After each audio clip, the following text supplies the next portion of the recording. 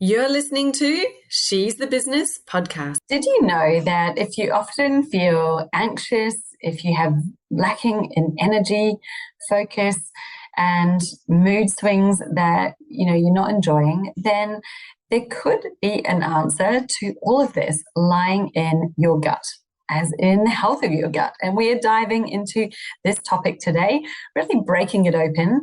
What is this connection between anxiety and your gut health, and how can you help yourself to have a better mood, more energy, more focus, and really just be feeling great, more successful in your business?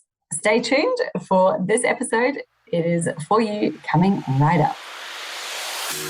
Hi, I'm your host, Jessica Osborne, and in my 23 years of business and marketing, I've built many brands to become multi-billion-dollar companies. And just in the last 10 years, I've built 2 online businesses of my own from my dining room table with 2 little babies running around at my feet. I've made it my mission to inspire you to get out of your own way and become the successful business owner who's living the lifestyle you really desire without all the hustle. This is She's the Business podcast, made by women for women. This is your weekly dose of motivation and inspiration. My very special guest today is Zerla Stoller, who is the founder of Thriving with Zerla. She's a functional health practitioner, a licensed physician assistant, and a mother of 2. Now, her business started from her very own struggles with anxiety and unexplained symptoms that she found the answers and healing to through functional medicine, having a root cause holistic approach to healing her body and her mind naturally, which has allowed her to create a business that helps other women with similar issues while she's still being fully present with her family. Now, you're going to absolutely love this episode with Zerla, especially if you've been experiencing things like stress, overwhelm, unexplained symptoms around your energy, sleeplessness, and you can create results such as having sustainable energy, really restful sleep, effortless weight loss, and ultimately gain that freedom and confidence that you really desire with a healthy nervous system, a really happy gut, and just absolutely beautiful, much more ease and joy in life. So how amazing does that sound? You're going to learn so much from Zerla today, all about your gut health, about the connection with our guts and our mind, that anxiety, where does it come from, the stress, how that adds into the equation, how all these things are creating this beautiful cocktail of hormones and reactions that are going on in the body, and how you actually can heal that, how you can fix that and bring your body back to where it's really thriving. So without further ado, let me play the interview for you. Enjoy. Okay, so I'm here with Zerla Stoller, who is the founder of Thriving with Zerla. Welcome, Zerla. I'm so glad to have you here on the podcast today. How are you, Jessica? It's great to be here. Yes, yeah, really good. I'm so interested to dive into this connection with anxiety, the gut, what's going on, because I definitely have experienced some things personally with my gut in my, I'd say late 30s. Maybe I started to become aware of it, mid to late 30s to now. I'm like, wow, there's just so much I didn't even know that I didn't know. And so I'm really interested to unpack some of this and learn from you today about the connection with the gut and everything that goes on with the mind and our gut health. But before we do that, can you tell us a bit more just about your business? What is it that you actually do? Who do you help? How do you help them?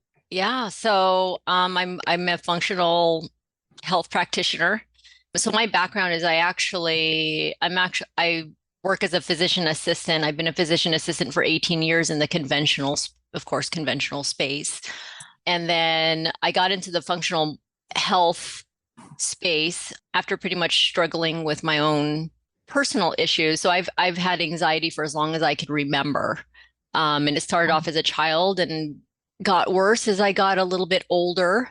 Mm-hmm. And of course, when I had a family, things got a little bit more stressful and overwhelmed. And of course, just, you start to put your health in the back burner, and my health started to decline, and I got all these mysterious symptoms. And so I was left with no answers through conventional medicine, which was actually very disappointing considering that I have been working in conventional medicine for a while. Yeah, so I just felt like I was getting sicker and sicker. There was no answers. It just left me feeling really frustrated, and it got really scary. So there was actually one incident. I was with my daughter in her room, and I was having these stroke-like symptoms. Okay, so I was having like numbness and tingling in the left side of my face, my arms, my legs, and it was followed by dizziness. And I got up, and it was like I could black out a little bit, and happened a few times. And at that moment, I'm like, okay, this has to change, or I might not ever see my daughter again. And so, wow. Yeah, it also has affected my health in that, like, you're not as present with your children that you want to be. Yeah. So then I started looking at other ways and how I can improve. And I started seeing a chiropractor. I went to acupuncture. There was one particular acupuncturist that really spent time with me and really taught me about nutrition.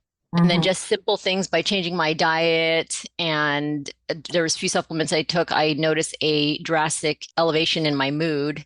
And I knew that there was something else that can be done. So through my research, I came across functional medicine. I found a functional medicine practitioner, changed my life. I got functional labs, and I found out that I had a whole lot of gut health issues, a whole lot. So I had ton of food sensitivities, probably about 56 food sensitivities ranging from moderate to severe. That's 56 moderate to severe, meaning that there was other mild food sensitivities. Something called dysbiosis, if you've ever heard of that, but it's an imbalance of gut bacteria, leaky gut, and that caused a lot of my anxiety, stress, irritability, and can cause you to be very, very overwhelmed amongst all the other symptoms that I was having. So anyway, so after healing my gut, it changed my life, and I felt like it gave me more opportunity for more things. It helped me reach my peak potential, and which is what actually started my whole business, because I was now in the right mental state, and I felt like I had a lot more room. So it opened up this opportunity that I just never knew that I could have. And what's crazy is that I'm busier than I was when I was sick, but I'm thriving more now just because I maintain my gut health. Wow. Yeah. I just want to dive into that for a minute, because you boggled my mind that you had 50, was it 56? 56. I just counted 56. It too yesterday. I was like, I wonder, because I remembered it was a lot. And I'm like, I'm going to have to restrict all these foods. And it was a lot. I'm like, no wonder why. My gut was so leaky. Yeah. How did you, that to me just sounds so overwhelming almost, to have 56 different food intolerances. And people might be thinking, well, what on earth did you eat? Like, if you've got 56 things you need to get rid of, what was that like? Because if you get all that information in one go, obviously you've got the information, which is fantastic, which means that you know what to avoid. But then how much of a challenge was that? Can you talk a little bit about what was that change, that process that you had to go through in order to be able to heal your gut? So yeah, with food sensitivities, the thing that I don't want people doing is to look at a food sensitivity report and say, I can't eat these foods, and then you eliminate everything.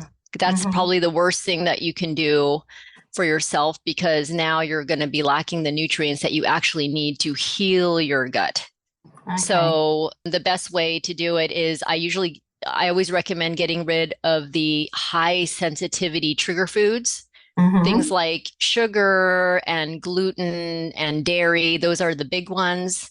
So get rid of the high sensitivity trigger foods, and then the other foods, because some of the high sensitivity, or some of the foods that I was sensitive to, were actually all the vegetables. Yeah, they were fruits and vegetables, and you don't want to not eat that. So what you do is you rotate it in your diet probably every 3 to 4 days. So you're so you're just not eating it every day. So you can kind of have enough that your body can then cope with. Right. But that's not in your system long enough. Right. So it's not in your system long enough to have a response. Yes.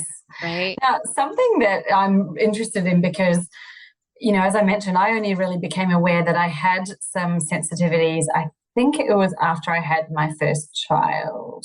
And then I started to be Yes. like, oh, actually, I think that I noticed some things. I'm trying to remember when it was. It might have been before I had my first child, but it was in my 30s. Like I'd been, Yeah. I'd lived through a fair amount of years, eating whatever I wanted, having Yeah. nothing that I couldn't have. And then, I think a friend had said something, and I'd tried cutting out gluten or wheat. And it was weird because it wasn't so much the gut that I noticed, but it was these other sort of symptoms on my body where I'd used to always have these like bumpy knees and bumps on my arms, on my upper arms. And Yeah. I cut that out, they disappeared. And I was like, Mom, did you never even like notice or think it was weird that I had these bumpy knees? I was Yeah. sort of asking these questions of my mum because I'm like, that's not really normal. But because I'd grown up with it, always having it, I'd never really thought about it. And it was just something Yeah. I found out by accident, right? But Right. then it was like, wow, there's all these other, I've become more present to that my gut's actually got less tolerant to lots of foods, into my Yeah. 40s. Now there are certain things I used to have heaps of and have no trouble. And now I'm like, oh, I kind of don't feel very comfortable after I've eaten Right. after I've eaten Right. that. And I'm just interested, like, do people develop them, and is this caused by stress, anxiety, Yeah. what causes Stress and what? Like, anxiety. are they causing the gut sensitivity, or does the gut Yeah, sensitivity cause the gut sensitivities, it's usually when you have a lot of gut sensitivities like that, it's usually caused by something else going on. Mm, You can have a hyperimmune response, there's probably something going on in your gut, usually caused by stress, right? So there's yeah. stress, there's toxins, there's change in hormones, right? So like a lot of women tend to Mm, find changes in their gut after, a pregnancy, right? Like as you get older in life, then you notice that there's just a lot of changes in your body and it alters your gut microbiome and it just leads to more food sensitivities. yeah. So So do we just become more sensitive to food, and then that's how we have to live our life going forward? no, Or is there a yeah. way to kind of heal it and to then be able to have more things again? Like, is there just sort of like Yeah, a period of healing? in that case, like if you go through a trial and say, okay, I'm going to do an elimination diet and I'm going to remove these things and you feel great, but as soon as you reintroduce it, your symptoms come back. I mean, it's really important to really get to the root of it, Mm, right? Like what is causing it? So I always recommend, advanced functional lab testing. The advanced functional lab testing gives you a more in-depth insight as to like what's really going on in the body. You can even find imbalances that are not found in your conventional labs. So you may even have wow. imbalances that might be there 10 years before a diagnosis is made, which we tend to see a lot. And that's why people have symptoms, right? Have you done that before where you have symptoms, you go to your doctor's office and they tell you like, everything's normal, and that Yeah. was in my case. I had like my labs were normal. They sent me to a specialist. I had like diagnostic tests done, all of which were normal. So I'm like, that's so strange because I Mm, feel really lousy. And mm, so, yeah, so advanced functional, lab testing is the best way to go because that's really, if you want to get to the root of it, you have to yeah. heal that first.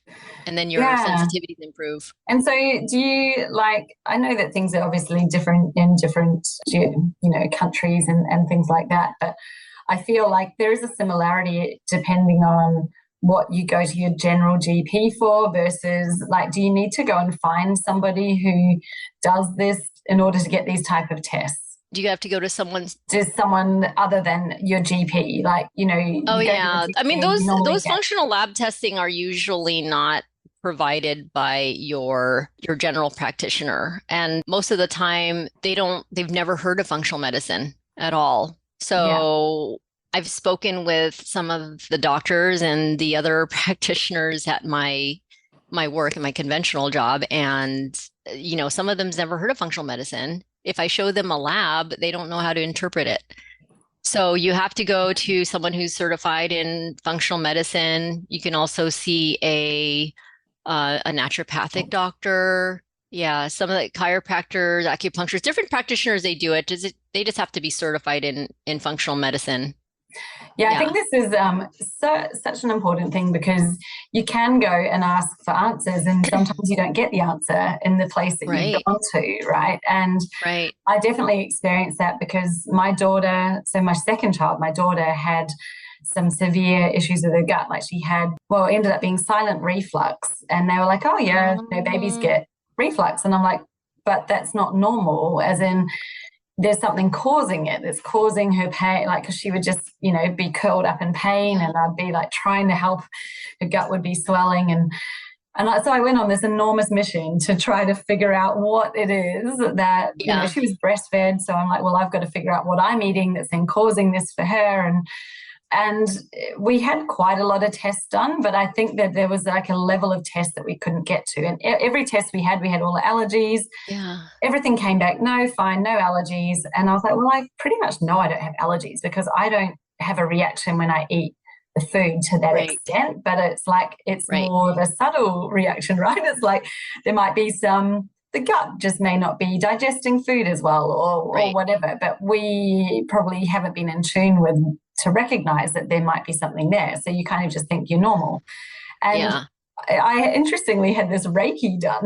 So my chiropractor at the time was quite holistic, and like not, I guess, not just doing the chiropractic. Like they would do kind of almost like Reiki and find where there would be things in my, they'd say like, oh, your pancreas is really like showing up today. And I'm like, oh, Yeah. I ate quite a lot of sugar. Or, Yeah. Yeah. something like that was Right. crazy. And Yeah. they'd pick up stuff. Sometimes if I had a little bit too much to drink on the weekend, my liver may have been, but I never told them what I'd been doing. They would Right. just pick up something. And I was always like, this is freaky how accurate it was.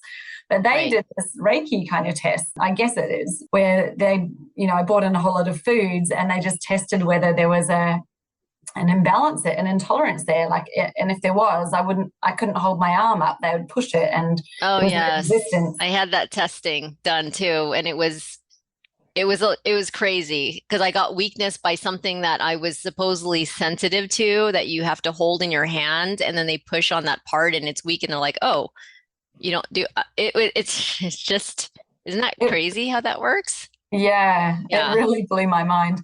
And the weird thing was that the only thing that showed up for us was butter. And it was like not any other kind of dairy, but it was butter Yeah. that was like heat processed. And so, Huh. because it was like spreadable butter, so it was like Yeah. actual butter, no oil or anything added, but it must have been heat processed to make it spreadable. And so Yeah. they were like, yeah, there must be something in this processing of the butter that is making it show up for you. And Yeah. that is the only answer I ever got. But I know that there's something in there. I now I'm thinking we maybe need to get some actual bloods done, like you're saying, this advanced functional labs, just to Yeah, for really sure. find out on a greater level of detail Yeah. what actually was going on. Because I know Yeah. that my daughter, she's 6 now, but she still experiences some gut Gut issues. issues. Was she delivered vaginally, or did you have a C-section? Because that makes a difference too. She was actually a planned Nice. C-section, because I had an emergency one with the first child, and the Right. doctors were like, you have a high risk of rupturing if you try to have the Right. child naturally. So Right. I went, I don't really want to, go down that path with the word of rupturing. That doesn't sound very Right. nice. So Right. yeah, she was a So, C-section. yeah, so supposedly, I guess, well, I'm a C-section baby. I have a twin. My Mhm. twin was born vaginally. I was born C-section. And so sometimes I feel maybe that's why I had more of the mental health issues than she did, because when you're born C-section, you don't get that bacteria from the mother's vaginal canal. So now you're left without it. So Ah, now we are already born with our gut microbiome is already lacks that bacteria, right? And so that's wow. just so you know, the gut actually produces most of the body's serotonin, like about 95% serotonin, which is the happy hormone. Mhm. 50% of dopamine, and actually produces 30 other neurotransmitters.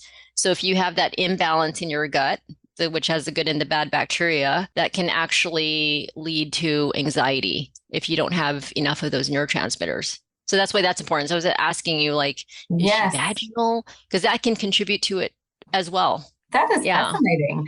So Yeah. interestingly, she is actually a super happy. She clearly has a lot of, natural dopamine and serotonin. But my son, who was the emergency Caesar, I'm like, oh, there's something to explore there. What do you see? Like, is this something that a person, you don't get a choice when you're a baby, how you end up coming out? It's just like Right. that's what happens. But if you then are, you're now here and you've been born through C-section and you're noticing some of these symptoms or problems, is there something you can do about it at a later point in your life? Yeah, absolutely. So if you're not doing, let's say you want to hold off on any lab testing, I always say you gotta keep your gut bugs really, really happy. So the way that they're happy is you don't want to feed them anything bad. So that's again the thing that I was talking about, avoiding the trigger foods, the processed foods. You want to have a diet that is whole foods, which is foods in its natural form. Some people don't know that, but whole foods and fiber rich foods. So a lot more plant-based vegetables, fruits, whole grains, right? Those things that are helpful. Probiotics. I always encourage everyone to do probiotics. You could do that through foods like fermented foods with families. I always say, you could do a non-dairy yogurt parfait. So it's fun and that will feed their gut. Or maybe if they like kimchi, you could add a little kimchi in tacos or kombucha. It's kind of like juice, but you can do kombucha, things like that, or maybe a probiotic. I give a probiotic vitamin to my kids in a gummy form. I do that. Those are things to do, of course, staying hydrated. Things that can also help your gut too is sipping on bone broth. So bone broth has glutamine, which is an amino acid that feeds the enterocytes. Enterocytes are the cells lining your gut. It actually, it feeds it, it provides it the energy that it needs, it helps it to grow, repair, and eating foods that also mucilaginous foods that help the mucus lining, things like chia seeds and flax seeds and okra and things like that. So eating foods that helps to support the gut, giving it fiber because that feeds it, the probiotics.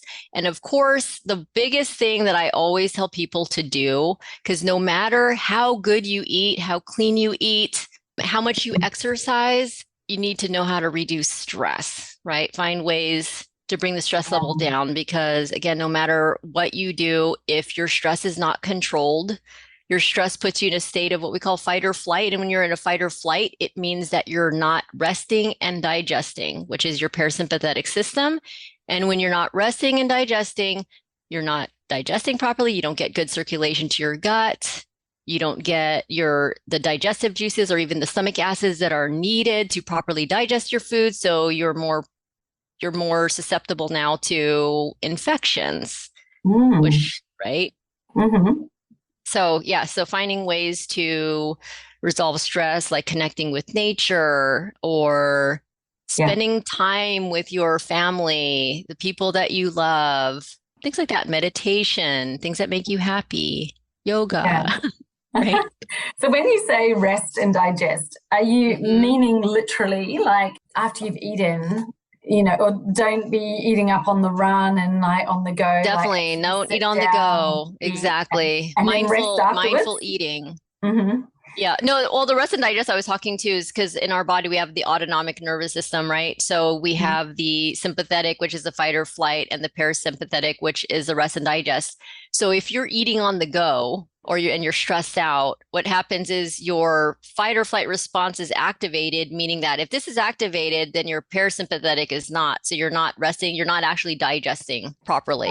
Right. And so the food just kind of goes through and you're not absorbing nutrients, things like that. So mindful eating, I always recommend if you can't do it 3 times a day, because I know we're all so very busy and we always tend to eat on the go or snack when we're on the computer, just pick one meal, just at least one meal to start, whether that be your breakfast or lunch when the kids are not there, and really enjoy it and use all your senses to eat it. That's so interesting because it's like you could be actually eating all the right foods, and if you're eating on the go or you're stressed, then you potentially absorbing those nutrients. They're just sort of going through. And that's what happened with me because eat healthy even when when I had a lot of anxiety and stress. I mean, I was someone who exercised all the time and I eat healthy. I eat a lot of salads. So I eat a lot of fiber. But the problem was I was eating on the go and I really didn't think about it. I didn't really give myself time. I was always stressed.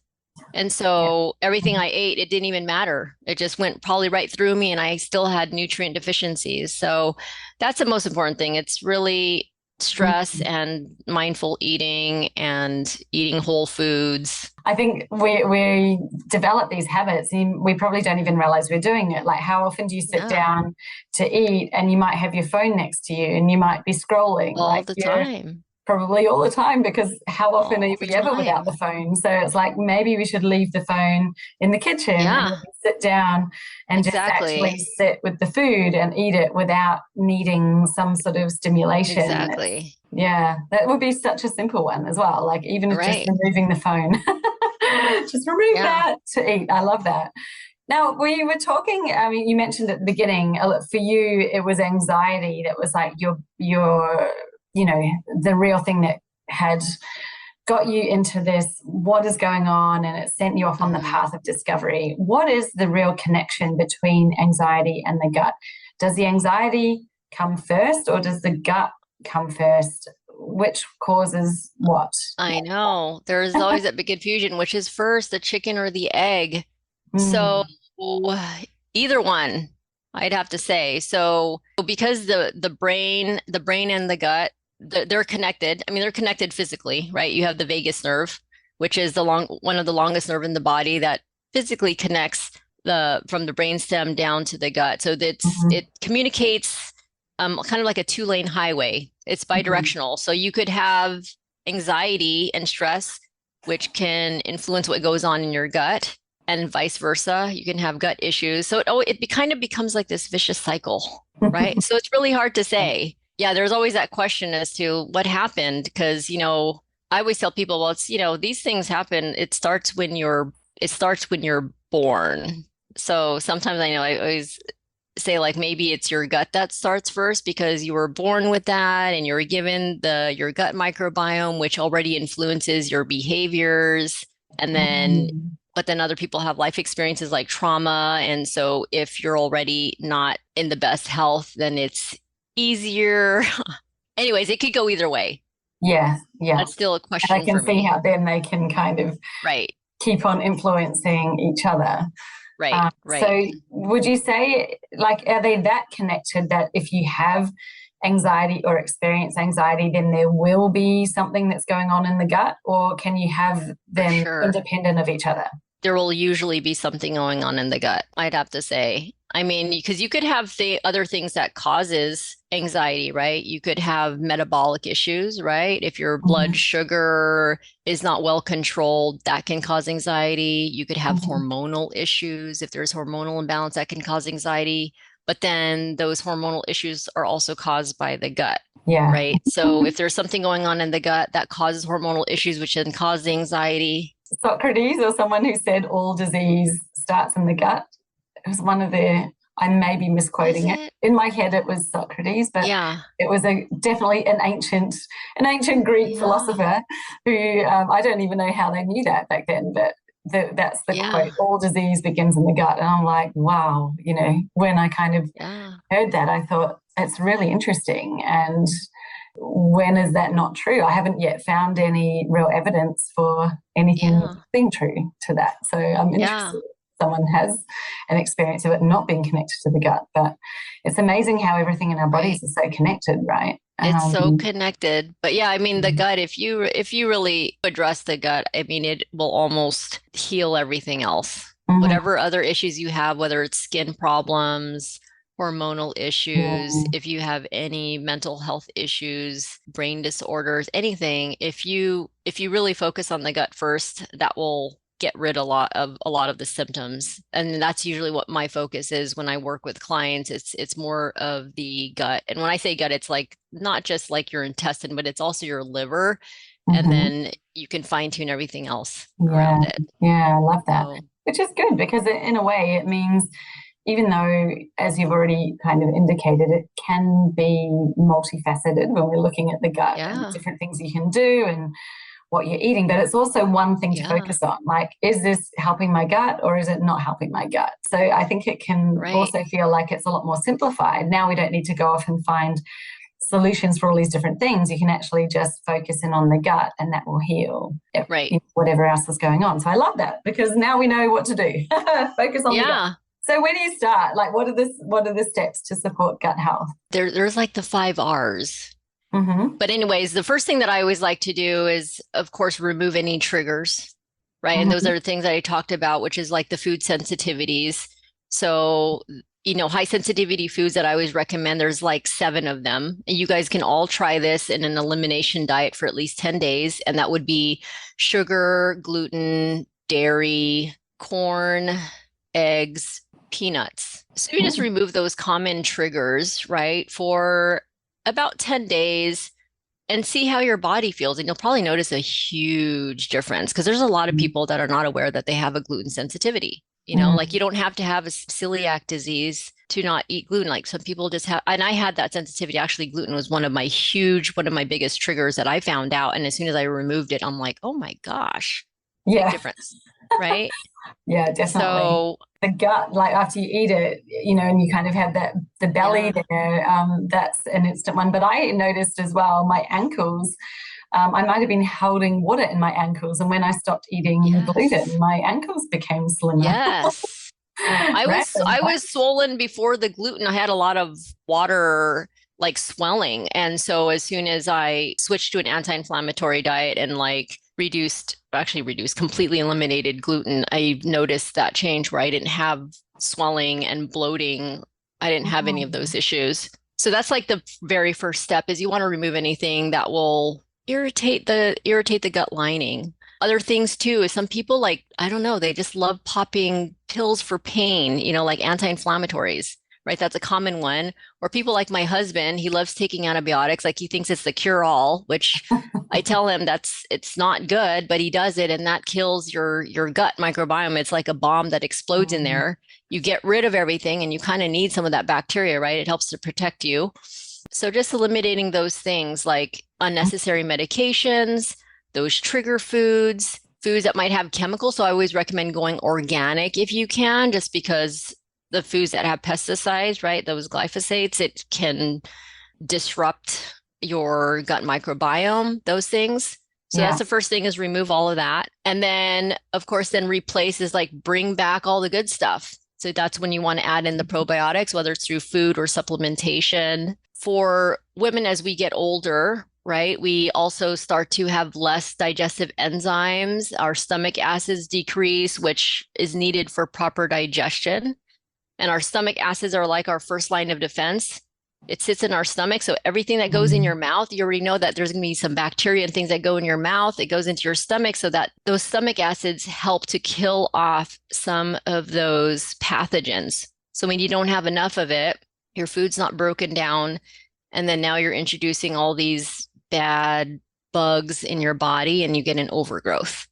So you can replace your enzymes. Sometimes I tell my clients, you could do like a tablespoon of apple cider vinegar with your meals.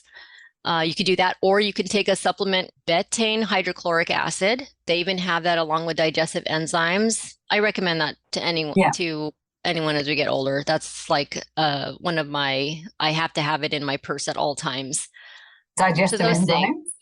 Yeah, digestive enzymes with the hydrochloric acid, probiotics. And then, of course, the repair that I talked about is like eating the foods that really help to soothe and repair the gut lining, like the bone broth, glutamine, supplementation, and those foods, like those mucilaginous foods I talked about, like okra and aloe. You can drink aloe. Have you tried that before? The aloe drinks? I have. Actually, pretty good. Those are good for your gut. Okay. What about collagen? Because I think there's been a huge collagen is great. Explosion of collagen, definitely over here. Yes, absolutely. Couple of years. I do that almost every single day. I put it in my smoothie because that helps too with your gut. Yeah. As well as everything else. Right? Yeah, exactly. Because that was what I think it was might have been a lady in the chemist, but she was kind of quite into her natural health. But she was the one who actually said, definitely take the probiotics, but take collagen, because if you're stressed, your gut wall will be, compromised, or it won't be helping you absorb the food, and the collagen helps to strengthen the gut wall. So that was how she sort of explained it to me. And now hearing you explain that even further, I'm like, oh, that makes a lot of sense. Exactly. And it's probably because of those amino acids, right? Like glutamine in the bone broth. It's kind of like the stuff that you see in collagen also. So it really feeds that gut lining, and it really strengthens it. So yeah, I always recommend that. I love collagen. So that's my must have. Yeah. Definitely as we get older as well. I look for the ones that say it helps you produce your own collagen. It's not just sort of giving you a supplement or something to take right now, but there are some, you have to look for it, because there's lots of different types out there, but some of them say that it supports production, which I'm like, give me all of that, because we all need more collagen. Keep looking young as long as we can. Right. Amazing. So what is it? That's remove, replace, repair. What are the other two? Remove, replace, repair. Where the other one was re-inoculate, which is the probiotics. And then you have like rebalance, which is pretty much your lifestyle. Right. You want to, of course, the sleep. We all know that sleep is important. You have to have that 7 to 8 hours of sleep, because if poor sleep, it affects your circadian rhythm. And so it'll affect your gut rhythm, because our gut also has its own circadian rhythm. So it'll lead to digestive issues. And again, like the stress part of it, learning how to say, one of the things that I really learned with the stress that really helped my gut too, is just learning how to say no. Getting rid of toxic relationships, just things that some people don't think about. Yeah, but they cause stress, right? It does cause stress, and the stress, it alters your gut microbiome and affects the gut lining. Wow. So, yeah. So, question about this, is this obviously adults, we can take all of these 5 things, and, you've been so helpful at explaining each of those steps. Does it work as well for kids, or are there certain things that kids absolutely. should or shouldn't do? Absolutely. I do that with my kids too. Amazing. So, which is great. If you're seeing a child that's experiencing anxiety, is that what you would start with? Like you'd say, right, let's look at the gut and then see whether that addresses. Yes. Yeah, I always look at the gut, and I always look at the foods first. That's always one of the first things I look at. It's always the big things is the dairy gluten. For if you're looking at an anxious kid, it's always like, oh, let's remove the gluten and dairy, because they have these things that's called gliadomorphins. It works on the opiate receptors in the brain. So it does something, but I can't remember exactly. But it's like the food. It starts with the food. Yeah. I have a question about, you mentioned corn as being one of the 7. And does that mean all forms of corn? Corn. Corn. Yeah, sorry, I'm not pronouncing it. Corn. Yes. Corn. No, corn. The reason why I mentioned corn is because it's a product that 95% is genetically modified. And so that will just affect the gut. Okay. They are genetically modified to be its own insecticide. So I don't recommend that. Yeah. Is that all forms of corn, like sweet corn, as in, as a kind of a vegetable, and then there's corn as in corn tortillas, or, what, for me, I just avoid it all. All corn. I just avoid all corn. Okay, that's an interesting one, because that's one of the ones that I've noticed more recently. I'd drop the gluten, and I'd be like, great, I can still have Mexican, and there's a lot of options there. And then I was like, no, I'm actually experiencing these weird, my gut definitely is not enjoying this, and and I, of course, cut out everything else first, like the FODMAP foods and the beans and the this and that, and not the corn. And then now I know, yes, the corn definitely affects me. I can have a little bit, and I only ever have the plain, if it was like a plain corn chips, and really, not highly processed stuff. But but it Yeah. still was making a difference. And it's interesting because I, as a teenager, could eat an entire bag of corn chips and feel great Right. with a whole tub of sour cream. I Right. didn't do that when I was, Right. crazy hungry teenager mode. And well, I didn't think it ever had any effect on me. Maybe it did, but I never was aware of it back then. But Yeah. I'm interested in that because I don't think I've ever heard of that being one of the top ones to cut out. But High sensitivity. I was Yeah. like, interesting, because I've definitely picked that up as one of the ones I definitely need to avoid if I want to have a happy gut. Happy gut. Yes. Corn, which is a shame because I Yes. really like it. I love corn chips. Yeah.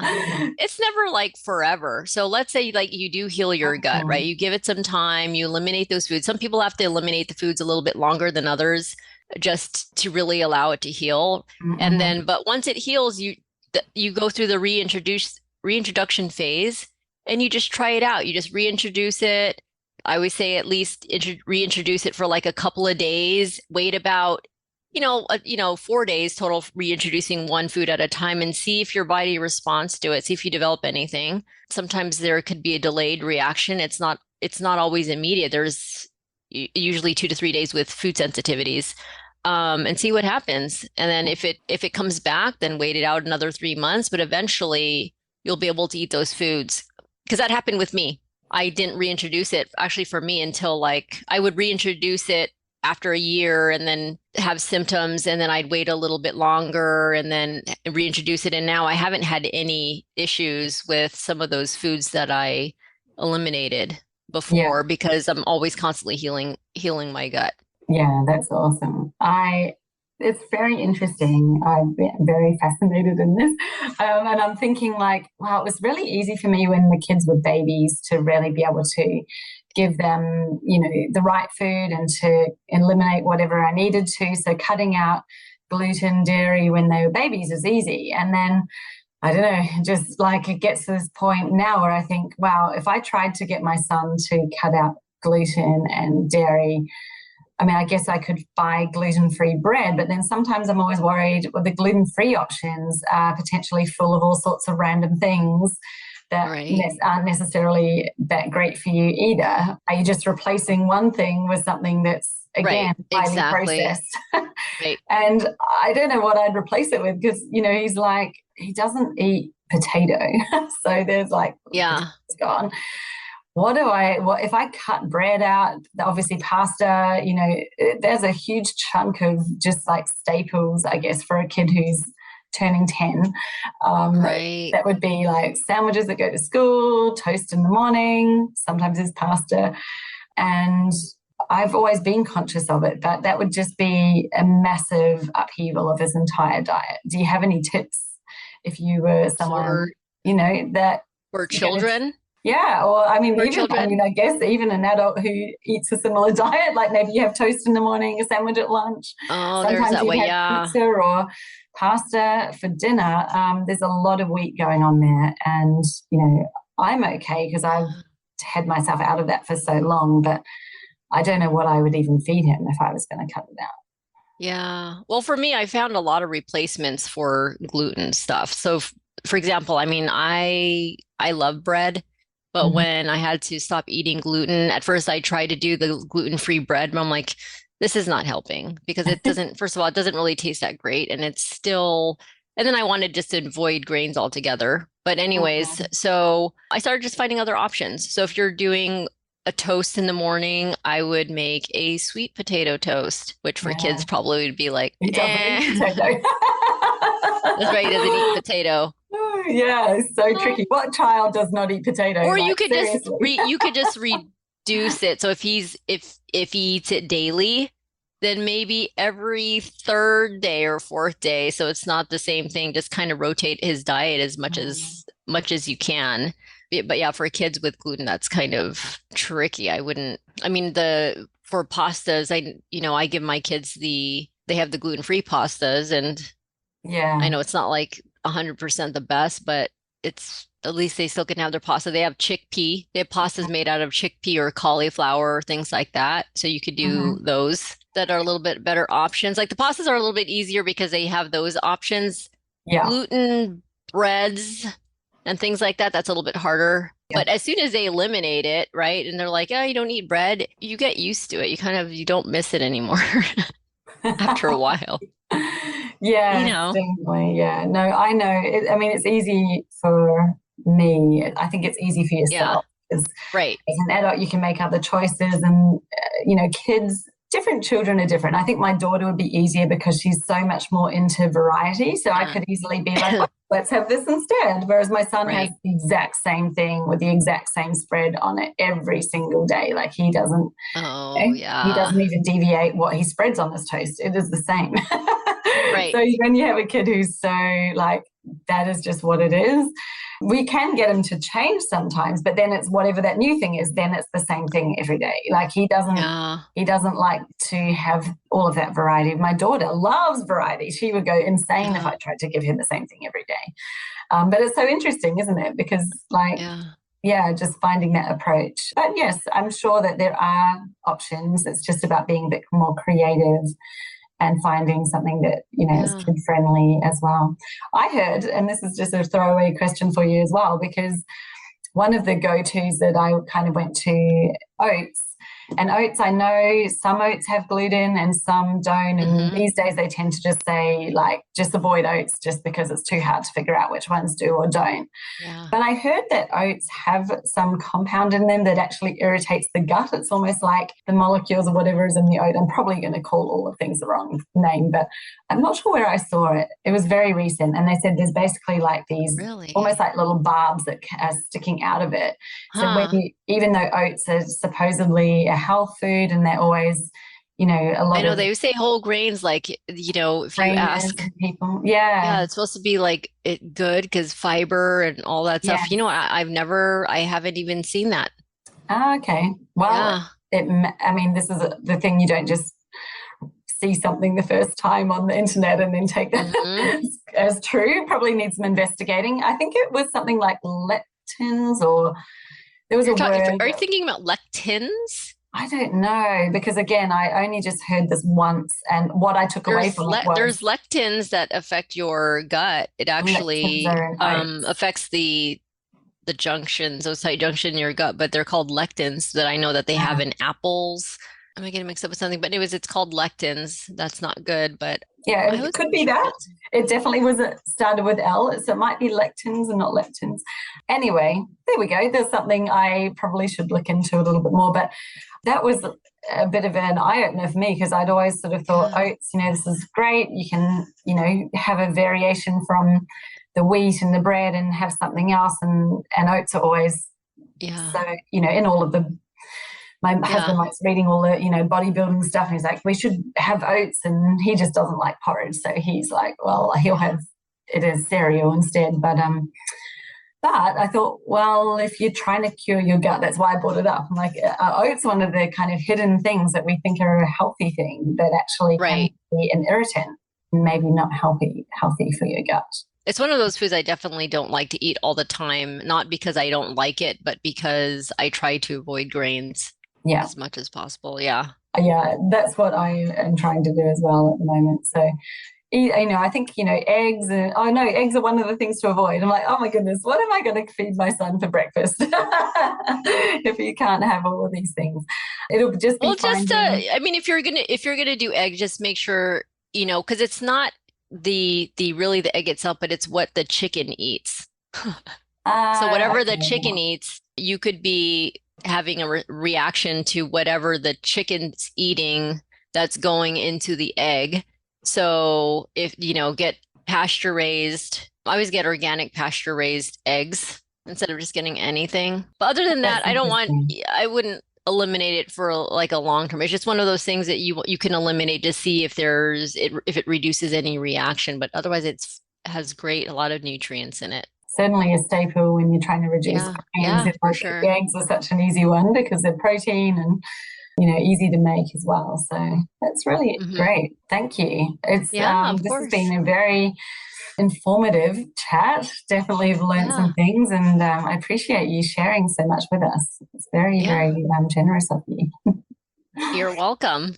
So, if people want to find out a bit more about this, I guess we've opened up a can of worms here, which can be a huge can of worms. You might be like, oh my goodness, where do I start? How do I think when we start looking at the diet, if you've never done anything like this before, it could feel like this could just be too hard. If people want to reach out to you, where can they best find you? You could best find me on Instagram at Thriving with Zerla. That's my handle. Awesome. I do have a freebie on there for your audience that would be really helpful since we're talking about diet. I always recommend to everyone and all my patients to start with like an anti-inflammatory diet. It's great. It helps with inflammation. It's a great place to start if you wanted to start someplace. And there's recipes in there and teach you all about it. Oh, fantastic. Yeah. We'll link that one up in the show notes then if anybody. Okay.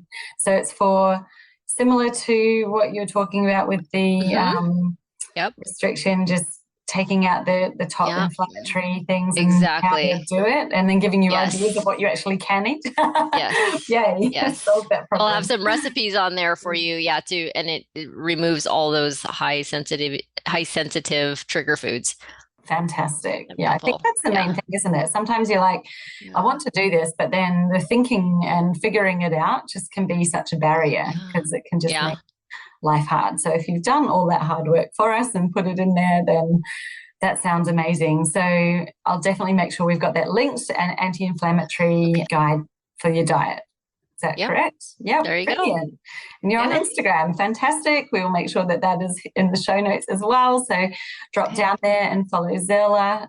Sounds like you are an absolute fountain of knowledge and so many useful things to learn from you, how to heal the gut. I just love that. So thank you so much.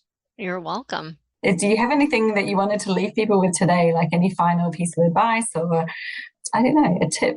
What to do, where to start, or if they're experiencing any issues. And where to start. I always recommend a whole foods diet. Yeah. I tell everyone that. I don't know.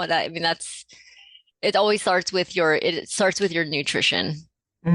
So it always starts with your nutrition because everything that you put into your body, it's information, it gives instructions. So you want to make sure you nourish yourself with the right foods. I love that. And that's, you might feel like I say this all the time, so it's not very special, but, sometimes we just need to hear that information. It's not like we haven't heard of whole foods before, but it's like, well, that's actually where you start. Well, that is really useful because it means that you can stop searching for answers in all these other places and just go, right, how do I... simple. Yeah, exactly. How do I keep it simple? Foods? And it's cheaper than those buying processed foods. It's cheaper. Cheaper and better in the long run as well. Right. Because the amount of stuff you won't need when you have healed your gut will be amazing. Right. It's brilliant. Thank you so much. This has been really great. And I appreciate you spending the time to share all of that with us. Yeah, of course. Isn't it just so frustrating when you know that out there's so many people that actually need your help and there's many actively looking for somebody just like you, yet all you seem to attract the odd tire kicker or really uncommitted client that's kind of dabbling and they don't light you up. They really don't get great results. And you're thinking, what does it actually take to attract clients who are committed, who are happy to pay proper prices for what it is that I do and that I can help to have really great results? What is it going to take? Well, it's not in the activity of what you're doing. Here's the thing. It's usually something else that's a bit deeper. And I'm sharing with you what that is in my training. It's called 5 Keys to Premium Paying Clients. And I'm going to share with you what are these 5 things that you need to have in your strategy so that no matter what tactic or activity you choose to do, it actually works. Like, it works. You attract the right clients, the ones who are ready to work with you, the ones who are ready to pay and sign up. So get yourself over to my website now on jessicaosborne.com/TMF, register for this free class, and let's dive right in. So once again, that's jessicaosborne.com/TMF, and the link is below in the show notes as well. I encourage you to register now, allocate just over an hour of your time, maybe up to an hour and a half, so you can take some notes and really reflect on the things that I share with you in this class. And let's change your year this year. Let's make your business actually turn into your dream business together.